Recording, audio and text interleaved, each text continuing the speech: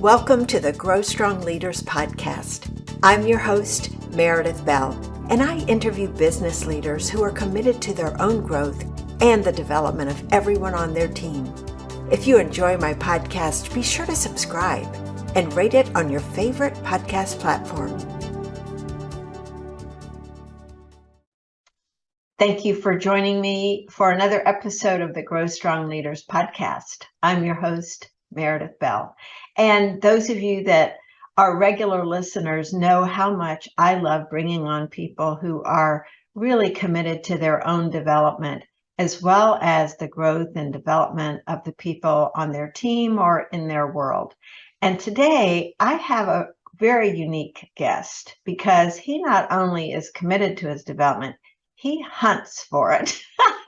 And you'll understand the reason for that term in just a moment. I want to welcome Sterling Hawkins. Meredith, thanks for having me on. I'm excited for our conversation. I am too, and I must thank our good friend and colleague, Laban Ditchburn, for introducing us. And, you know, the thing about Laban, I think he knows me so well. He knows people I will click with. And you and I just had instant friendship in our very first conversation that I think is going to be a lifetime kind of friendship. So I'm grateful to have you both in my world. And before we jump into the conversation, let me introduce you to my audience and tell them why I used the word that I did. Sterling is out to break the status quo. From a multi-billion-dollar startup to collapse and coming back to launch, invest in, and grow over 50 companies, Sterling takes that experience to work with companies around the world. Today, he serves as CEO and founder of the Sterling Hawkins Group, a research, training, and development company focused on unlocking human and organizational potential. He's been seen in publications like Inc., Fast Company, the New York Times, and Forbes. And here's where that word comes in. He recently released his best-selling book called Hunting Discomfort, How to Get Breakthrough Results in Life and Business, No Matter What. And I just love that title, and I read every page of this book. I just loved it. So I'm going to say up front, Sterling, I would highly recommend everyone buy this book. I've read lots and lots of personal development books. This one stands in a class of its own. So thank you for that gift to the world with your book. It means a lot to me, especially coming from you, the expert in the space. Thank you. Well, one last thing I want to add is Sterling is based in Colorado, and partly because he has 3 precious nieces that he loves spending time with, and other family members too. He's also a passionate adventurer who can often be found skydiving, climbing mountains, shark diving, or even trekking in the Sahara. So this is a man who is, you know, pursuing adventure in all kinds of ways, physical, mental, emotional. And Sterling, you've had some experiences that would have brought others to their knees. And brought me to my knees. Yeah, and left them there, though. You stood back up. And so I'd love for you to start out by just talking a little bit about your journey and how it brought you to the work you're doing today. Yeah. Well, I grew up a 5th generation retailer in my family's grocery store and spent a lot of time there passing out cookies as a kid and working in all the departments. And right out of college, really my senior year, I got together with my dad and we decided to start a retail technology company together. And I'd love to tell you, like, we were super smart. We had the whole thing planned out and our whole strategy, and we did do some of those things. But we ended up selling it to a group in Silicon Valley and certainly got a little bit lucky when it became the Apple Pay before Apple Pay. And just for a little context for you, Meredith, and the listeners, it was a little fingerprint sensor set next to the credit card terminal, and you put your finger down and your credit cards came up, loyalty card, just like Apple Pay, only no phone. And this is early 2000s. So customers would look at this, investors would look at this, and we grew really, really fast. We raised over $550 million US, multi-billion-dollar valuation, 700 employees, offices all over the world. And have you seen that movie, Wolf of Wall Street? I didn't see that, but I know Oh, the story. well, right. For those people that have seen it, or I think most people know something about it. It was like a scene out of that movie. It was just crazy. And I felt like I was in this rocket ship of success and I had my whole life figured out. I'm ready to go public, cash in, and crown myself the next Steve Jobs, at least until the housing market started to collapse and we couldn't raise any additional funding, at least on terms that our leadership and the investors were okay with. And it started a very dramatic, somewhat long bankruptcy, all $500 million gone. Now, many of the people that I worked with there, the other leadership, they went on to start new companies, do new things. But what I found, at least in retrospect, is that my identity was so caught up in that company, who I thought I was, who my friends were, what success looked like I defined it by that company and what we were doing there, that when the company crashed, so did I. And you know the story from the book, Meredith, but I end up playing out this sad country song of a story where I go from this big, beautiful penthouse in downtown San Francisco to my parents' house. 6 figures in debt. Even my girlfriend breaks up with me. Like I was hitting every single beat in this song. And it really led to some of the darkest times in my life where I started looking at this thing saying, what went wrong? Why? And originally it was just to dig myself out of the hole. And it turns out what worked for me works for everybody as an individual or as an organization. It's fascinating. And there are so many important points from your book. We could talk for 2 hours, but I'm going to zero in on, I think, the key phrases, words, principles that you talk about. And then I'm going to ask everybody, go get your copy. But the first one is this sentence that you actually wrote when you wrote your inscription in the book for me. The way out is always through. And I'd love for you to share who you learned that from and what that means to you. Why is that sort of like your mantra? Yeah, so it was something my mom used to say when I was a kid. It's actually a Robert Frost quote, but to me, like whenever I hear the phrase, it's my mom's voice saying it. And it came back to me probably because I was living at her house. And I thought, I'm down and out. I'm all hepped up on anxiety medication, antidepressant medication, and this idea of the way out being through. I was like, what do I have to lose? I'm going to put this thing to the test. So I set those medications aside and started going after the things that scared me most, that I was embarrassed about, that I was intimidated by. Because what that phrase means to me is you go through those things and what you're looking for is on the other side. And originally it was a kind of a proof of concept, a test, like, does this really work?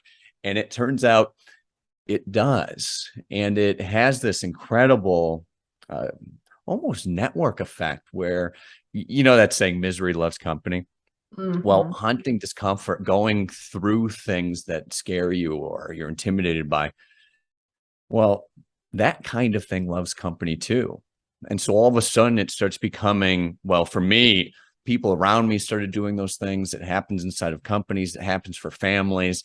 When you start this momentum, the way out is through, and we get to share that with other people on our own journey. Well, tell the quick version of your story of speaking in Singapore, because that was one of the moments, right? Yeah, that was the scariest thing in the world to me. I'm one of the many that would rather be in the coffin than giving the eulogy. Like, speaking in public was terrifying. And briefly, I get basically junk mail for this conference in Singapore inviting me to be a guest. I hit reply. I said, why don't you have me speak? And long story short, I end up talking with the conference director. We get on the phone. I talk him into not just being a speaker at their conference, but the keynote speaker of their conference. And it wasn't until they sent me the agreement where I had this thought, you've got this huge failure on your resume. You don't know what you're going to say, and you're terrified to do it. Like, what are you doing? This is insane. And so I did what I recommend everybody do when you're confronting that discomfort like that, which is you commit in a way where there's no going back. I call it get a tattoo.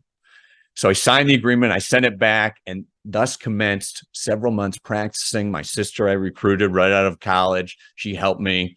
I go over there, I give the presentation, still terrified, by the way. I get on stage, and it's a good thing I practiced because I think I blacked out. I don't remember giving the talk. And I get off the stage. Conference director is making a beeline for me. I'm kind of covering my eyes, trying to get out of there because I'm convinced like I bombed and I'm ready to, chalk up another failure to my name. And he looks me in the eyes and he says, Sterling, that's the best talk I've seen in my 17 years or something of doing this job. And I couldn't believe it. I mean, to this day, I'm convinced he must have been in somebody else's talk. Like there's no way that he saw mine. But what he did was he put me in touch with all of his conference director friends. And all of a sudden I had at least the beginnings of the career that I have today on my hands. The way out is through. It's such a fabulous story. And I would really like to encourage all of my listeners to think about one thing that you've been afraid of doing. You've held back. And as we have this conversation about the 5 practices that are in Sterling's book, I would love for you to be thinking about which one of those tends to hold you back. And Sterling, I also want to talk about this hashtag, no matter what, that's behind you on the screen. Most folks will be listening, but it's also, one of the words in your subtitle, how to get breakthrough results in life and business, no matter what. So why is that phrase so important to you? Yeah. Well, it started out just as a personal mantra. That first night at my parents' house, I'll never forget. I've lost everything and all this debt. I've got boxes around and suitcases. I'm looking at the ceiling. And frankly, I didn't know if I could or even if I wanted to go on. And I made this commitment to myself. I said, I don't know how, and I don't know what exactly, but I'm going to make some impact with my life, no matter what. And I used it really just to get out of bed in the morning. Like, I'm going to get up when my alarm goes off tomorrow, no matter what. I'm going to go to the gym, no matter what. I'm going to call the creditors that I have, no matter what. Like, I'm going to do these things regardless of the circumstances. And then when the time came, I'm going to speak on that stage in Singapore, no matter what. And so you can think about it like, if the way out is through, well, great, but we need to be willing and committed to go through no matter what, because it's going to get hard. It's going to get scary. Everything in your mind is going to tell you, don't stop. It's dangerous. It's crazy. You're better off where you were anyways. And it really takes that commitment and the support of those around you to do it. Mm-hmm. And so no matter what has become, it started as my mantra, something that we've shared and has been adopted by people around the world, really committing to go through whatever it is they need to go through to create breakthrough results for themselves, their community, their family, or their company. Mm-hmm. And we'll talk about your no matter what community later. Right now, I think it'd be great if we could get you to talk about what are those 5 principles in your book, and combine that with describing the behavior that, or the 5 practices really, and what's the behavior that's causing the problem that requires us to apply that practice. Yeah, for sure. Well, I think up front, it's most important to understand what I mean by hunting discomfort. And I'm not suggesting anybody live an uncomfortable life, and I'm not wishing discomfort on anybody. One of the things that I think I hear most from people is, Sterling, look at my bank account, look at my relationships, look at my business. Like, I don't need to hunt discomfort. I'm surrounded by it. And my answer is always the same, which is, you're not hunting discomfort. You're living with it. And you're probably rationalizing why you have it. When you hunt discomfort, you are permanently and forever free of it. It's no longer holding you back. And the first discomfort that we all need to address is the discomfort of facing reality. Reality exactly as things are and exactly as they're not, no matter how much you might not like facing those things. It's letting go of beliefs, values about one of 3 things: yourself, others, or the world, and how the world operates, to see things in a new light. And when you shift how you see things, well, all of a sudden, everything else changes. How you act is going to change, and new results aren't produced by, white knuckling some kind of huge amount of determination, but they start to arise because how you're looking at all of those things has changed. So discomfort isn't something to be avoided. It's actually kind of a neon sign saying, right here's an opportunity to reevaluate those beliefs and shift them into something that's going to give you better results. So that's the first step. The second piece is the second discomfort, I should say, is self-doubt, something I suffered a lot of, especially going into that talk in Singapore. And I think we all have it in some shape or form, right? That voice in our head that's saying, don't stop, go back, it's dangerous. That's self-doubt. And it is useful in a way that it's telling you what's important to you, but it's not helpful when it holds you back. And when we take the second step in the no matter what system of getting a tattoo, right, making that commitment where there's no going back, it's something that's going to call us through that discomfort. So your commitments have to be stronger and more solid than whatever discomfort you're moving through. And, we know, I'm sure the listeners that we've got here, Meredith, know that this stuff is really, really hard at a human level. And we need people on our side to help. And oftentimes there's some fear of that because there's the third discomfort that can hold us back, which is the fear of exposure. Somebody seeing me exactly how I am, and maybe with all the inadequacies and imperfections that I carry with me in my life. And the truth is that those people that are really on your side, they want to support you through those things. They want to love you despite those things, or maybe even because of those things. And the third step in the no matter what system is building what I call a street gang. And I'm deliberately not saying like drinking buddies or your besties or even like a personal board of directors. I call it a street gang because it needs to have some teeth, where people around you are really going to hold you accountable to what you said you wanted to achieve. Not to put you down, not to make you look bad, but to help you grow. And the research shows when you have people around you like that, you're not 70, 80, even 90% more likely to achieve your goal. You're 95% more likely to achieve whatever it is you're looking for. Like it's almost like if you want to achieve those things, you better find somebody around you that's going to support you and go toe to toe with you to hold you accountable for it. With me so far, I'm talking a lot, Meredith. Oh, that's great. Well, I want to dive deeper into them. I will say this. One of the reasons I loved your book is because the way you organized these chapters and these 5 practices, because you position the issue, if you will, first, and then your follow-on chapter that's partnered with that is the practice and what that looks like. And it was very powerful. And one of the things, that to me is a standout with the book is when I can really remember the structure and remember the elements and the way you put this together. And it's very well written too. You've got all kinds of not just stories, but you cite research in a very interesting way. It's not dry in any way. It's quite compelling.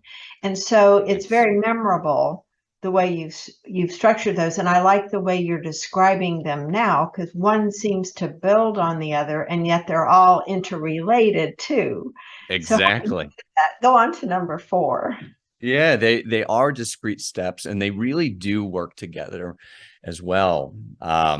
And I do owe a lot of credit to my publisher, Wonderwell Publishing, out of Los Angeles, for helping me put the whole thing together and think about it a certain way. They were a tremendous help, and I certainly wouldn't have done it, at least how I have done it, without them. So the fourth step is something that we all confront, which is challenges, problems, obstacles, limits.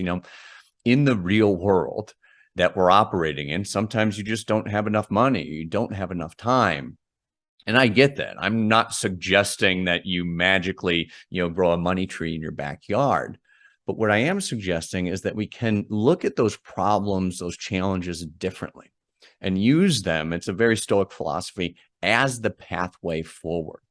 How can you use your challenges, the things you're worried about, even those kind of proverbial warts that you have, how can you use those things as the pathway forward? And we can jump into some of that, but just to give you the last step to round out the whole system is the fifth discomfort, and the one that I think is like the discomfort that rules them all, is the discomfort of uncertainty and the unknown.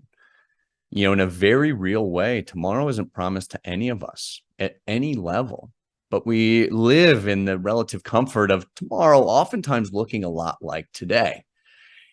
And in today's day and age, well, we start to see change a little more than maybe we have with the pandemic and tech disruption and global instability. There's really a universal instability that's making us realize more and more that, yeah, tomorrow is not promised, and it might not look like today. And what we need to do is the fifth step of the no matter what system, which is to surrender. And when I say that, I don't mean give up and watch Netflix and order pizza, although there's a time and a place for that, right?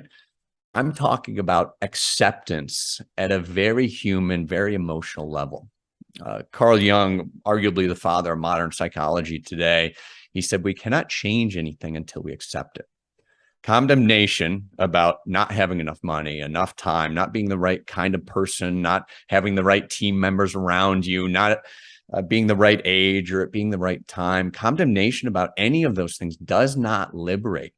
It oppresses and makes it very hard and maybe even impossible to move forward. So when we come to terms with it, what is, or better said, surrender what it is, it really frees us to that next level to move forward. And that's the piece that frees you from the discomfort, so you never have to go back. You know, it was a challenge for me to think about which one of these would I like to really go into deeply with you. One of the ones that to me is, well, the getting a tattoo and that whole meaning of commitment, I think is so powerful, because sometimes we want to dip our toe in the water and just try something, but we don't jump in and say, all right, I'm in for this. And I just would love for you to talk a little bit about, and maybe using examples of people from your, you know, no matter what community or other folks and clients you've worked with. What do you see happens when they are willing to make that commitment and say, no matter what, I'm doing this? Yeah. Well, most of the world, let's call it 99% of the world, lives in this very circumstantial place of I want, I wish, I could, I'll try, I might, or even I simply can't.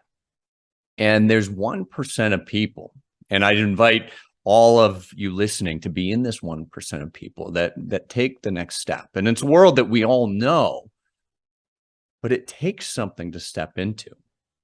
It's those people that are brave enough to gaze into the unknown and courageous enough to kind of stare into that uncertainty of tomorrow and utter this incredibly simple but profound phrase, which is, I will. And when you do that and you say, I will, you make that commitment. Well, first, it might be a little bit uncomfortable, but as we talked about earlier, that's a good sign, right? That's a sign that you're on the right track. But what it does is it reframes your brain to start looking not for the excuses, but for how you can achieve something, because you no longer have a choice. There's it's called the reticular activation system in your brain, and it's kind of a bouncer for your mind, where it's telling your conscious mind of all the things we're processing in the unconscious, of all the things around us. Here's what's important. It's why, by the way, when you buy a new car, you suddenly see that car all around you, or you can pick out your name in a busy and loud conference facility, right? That's the RAS in action. Well, when you make that commitment, all of a sudden you've retrained that part of your brain to look for pathways for action, pathways forward. And it's incredibly powerful. Now a friend of mine, somebody from the No Matter What community, his name's Emmanuel. And somewhere mid-pandemic, he lost his corporate job and he was living in the suburbs of New York with his brand new wife. And he was in this place of like, well, what do I do? You know, I've got to support my wife. I'm starting a family and I lost my job. I've got this expensive place in New York. where do I go? What do I do? And we were just getting acquainted. He had just joined the community, and he went out, Meredith. And I talk about the not a literal tattoo, but he goes out and he gets a tattoo of the company he wants to start. I think it's on his right bicep.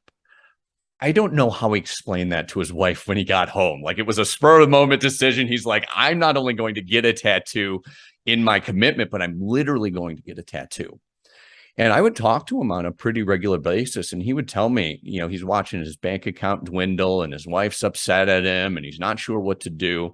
And this guy, and I'm going to summarize, probably a year and a half worth of action that was really hard, and everything in him was telling him, get a job, go somewhere else. If you have to, take minimum wage, like, just do something. But he stuck with his commitment, and he's since moved himself down to Austin, Texas.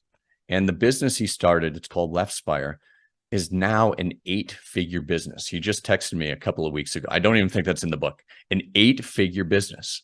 So he goes from losing his job, dwindling savings. He makes this commitment, and all of a sudden, these new pathways for action open up. And he's got today an incredibly successful company. And by the way, a very happy wife. That's great. Yeah, that whole thing of really making a commitment and not allowing other people, other circumstances to take you off track. It's amazing. And that's where, to me, that third one with the building a street gang, because I had written down, this one tool alone will take your results to the next level. So explain why that's true as it relates to the other components there. Yeah. Well, commitments that we make, we really need support in those things. And it's really a fallacy that you can do anything by yourself. I mean, just us having this conversation, the tens of thousands, if not hundreds of thousands of people that have created Zoom and the cameras and the cell connections, the internet service, the running water, right? Like, we really are dependent on everybody around us. All of us are, save for the few people that are living off the grid and in the woods, right? So we need people around us to help. And what happens, I see a lot of times with even successful entrepreneurs, they're like, well, I'm going to make a commitment to myself. And that's important, but I think it's only good for keeping you at the level that you're at. For example, if you are already pretty reliable that you're going to go out and run or go to the gym 5 times a week, you don't really need outside accountability for that. Right? It's almost going through the motions. Where it really counts is when you make commitments beyond what you already know you can do. That's where it's hard. If you know you can do it already, well, great, make those commitments, but you're not really going to grow from that. The street gang's important because when we're going through it, right? If the way out is through, when we're in the middle of that, everything in our mind is going to tell us things that aren't necessarily accurate. Things like, well, you can't. You shouldn't. It's dangerous. It's dangerous to my career. You're jeopardizing your family, right? Now, your street gang is going to help reorient you to reality. What actually is. Like, is it actually dangerous, or is it just really, really uncomfortable? And are you going to be disappointed if you maybe back out of this thing and wished you had done it, right? That street gang is going to call you into action and hold your commitments higher than any feelings in a particular moment. So you need that street gang if you're really committed to growth. And, we won't go into it today, but I liked the way you identified different kinds of people to be in that street gang. I mean, it's not a street person. And it's because you need, the one that's going to kick you in the butt, as well as the one that's going to hold your hand figuratively to be that supportive, nurturing kind of person. So you need that combination of folks. And that was really helpful for me to think about, who plays this role? Where am I missing somebody? Where is there a gap where I would benefit from having this kind of person? So I think that that's worth studying and examining. And also on the next one, where you were talking about, we all encounter challenges and problems. This idea of the practice being to flip it, Right. and really turn it around. And you give some great examples of different ways to do that. I would love for you to share one or two of those. And then I would also like you to address this very real issue, which is if somebody's dealing with a very serious problem Yeah. and they're feeling overwhelmed, the amygdala, the flight and fight kind of part of the brain may want to take over, and it's harder to use that prefrontal cortex for the creative elements that you are recommending there. So after you Yeah. describe one or two ways to flip it, I would love for you to address how do you help someone who's really struggling with even considering flipping a particular problem? Yeah, absolutely. Well, the first piece of flip it is the somewhat cognitive function of really looking at what is the problem that you're solving for. And it takes stepping back from the immediate circumstances and saying, okay, well, what is the problem? How do I articulate it? What am I actually trying to achieve? And then speculating on, well, how can I achieve that in a totally different, innovative way? Um, it's cliche, but I'll say it anyways, right? It's that outside of the box of how can I get there in a not best practices kind of way, because I look at best practices as like the best anybody's figured out so far, but maybe an Yeah. entirely new way that nobody's ever thought about, right? And it's hugely powerful. And one of my favorite examples from this is a now friend of mine, his name's William Hung. And I met him giving a TED talk several years ago outside San Diego. And maybe you recognize William Hung from his American Idol fame. He's the guy that sang Ricky Martin's She Bangs so poorly that he became an instant internet meme, and he was known all over the world where people were laughing at how he sang that song. And having the chance to talk to him at the TED Talk, he was saying, Sterling, like, you just don't know what that's like. It's like the entire world, somewhat literally, was laughing at me.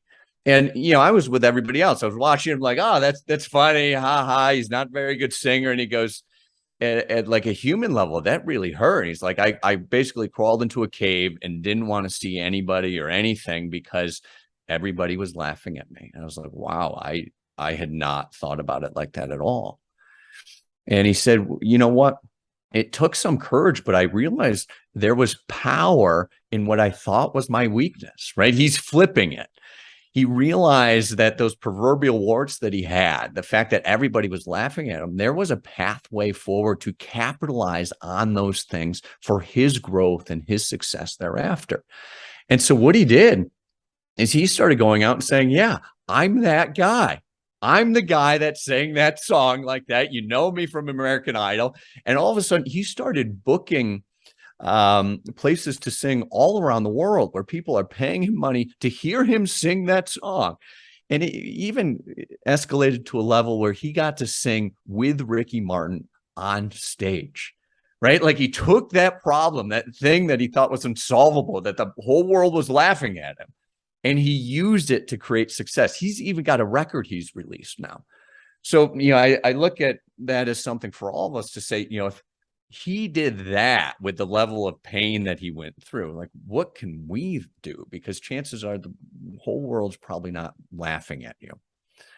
Now, to your point, Meredith, earlier, these pieces, that no matter what system, really does work together. And if you're super triggered, like maybe William was at that moment, and you're scared and you're nervous, or the embarrassment or whatever it is, and trust me, I've been there a whole lot of times, especially after that huge failure early in my career. It takes stepping into that fifth step and starting to come to terms with some of those things. What actually is, how can you accept some of those things? And I find some practices that have been helpful for me and for many are things like meditation, maybe spending some time in the wilderness, maybe spending time with people that really light you up and love you and reconnect you to what really matters. And when you do that, you kind of summon some of those things, that peace and happiness that's around you. You just have to reconnect with it. It starts to transform whatever discomfort is in your way. Mm-hmm. Paul Tillich, the German-American theologian and philosopher, says there's two things that humans are concerned about. The first, many of us only spend our time on are finite, right? I need to achieve these things. I need to open up these many locations. I have to make this much money. I have to make this many calls. And trust me, we need to do those things and we need to commit to those things no matter what. But the second thing he says that is important, that really we should all be much more concerned with, are infinite concerns, things that no matter what happens in the world, somewhat ironically, can never be taken away from us. Things like love, joy, peace, and happiness. And like I'm saying, when you connect with those things, when you call on those things in the moments of discomfort, it transforms anything standing in your way, and it grounds you in where you are and who you are to be able to take some smarter steps, calmer steps, more peaceful steps forward. Mm-hmm. You know, that surrender chapter just spoke to me in so many ways. This whole idea of not trying to force or fight, you know, but looking what is it I'm dealing with, and actually celebrating that. But you know, one of my favorite sentences in there, and I'll tell you why in a minute, but it was, part of surrender is learning to take all our mistakes a lot less seriously. That to me is so huge. And it ties in with my earlier question of somebody feeling overwhelmed by whatever their problem is. We take ourselves and situations so seriously. And I speak personally from that. Yeah, well, me too. Yeah. This idea of lighten up. You know, one of my coaches one time told me that. I was telling him about this different things and was waiting for him to give me some kind of aha, right, insight. Yeah. He goes, you know, Meredith, the thread that I'm hearing there is you really take things seriously. I break through. But as we talked about it, and I looked at how could I be more playful? How could I play bigger instead of play small, as another example? Just looking at that word play, it's amazing how different that feels when you look at that. So I'm curious, you said you have taken yourself too seriously too, or situations too seriously. Certainly.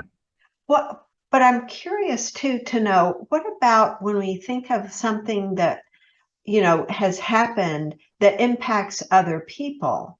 And we don't want to be lighthearted about that, but what's the balance there between surrendering to what is and then looking at what can we do here about this impact, that's a negative impact maybe that's happened with people?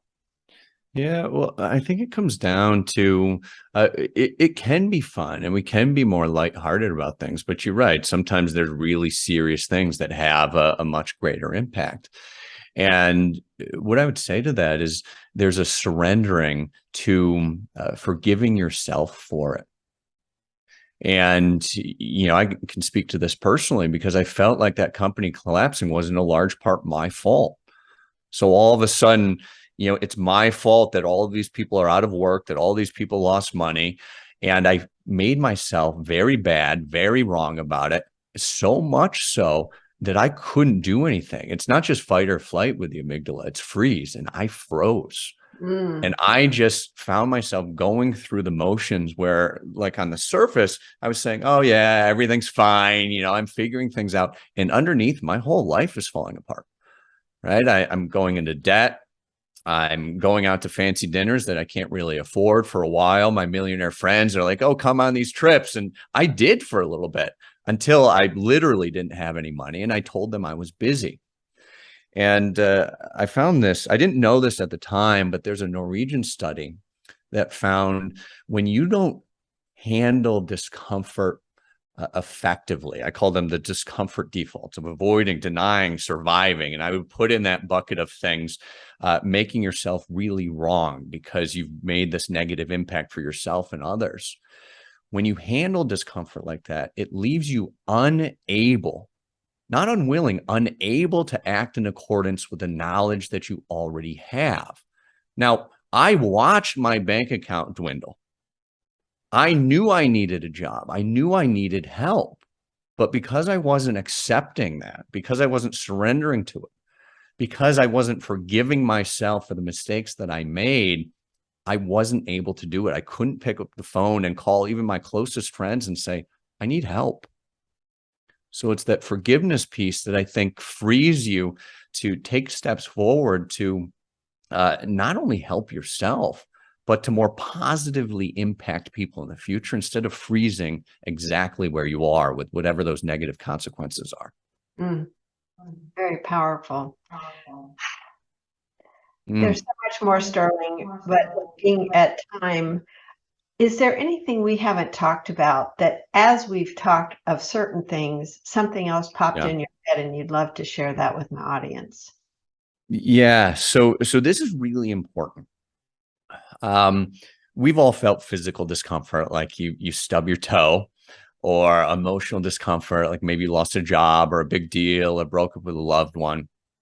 Turns out physical, mental, emotional, the brain and the body process that discomfort identically, almost identically, so much so you can take acetaminophen for emotional pain. Research is out of University of Michigan. And all the disclaimers about that, by the way, I'm not a doctor. That's not a biohack. I don't suggest you do that.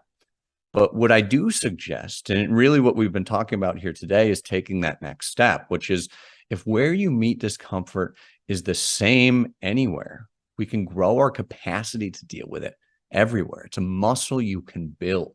Everybody knows you go to the gym to build your biceps. Well, if you want to build your resiliency, your growth, your breakthrough results, or maybe just more joy and happiness, you hunt discomfort, no matter what form it's in.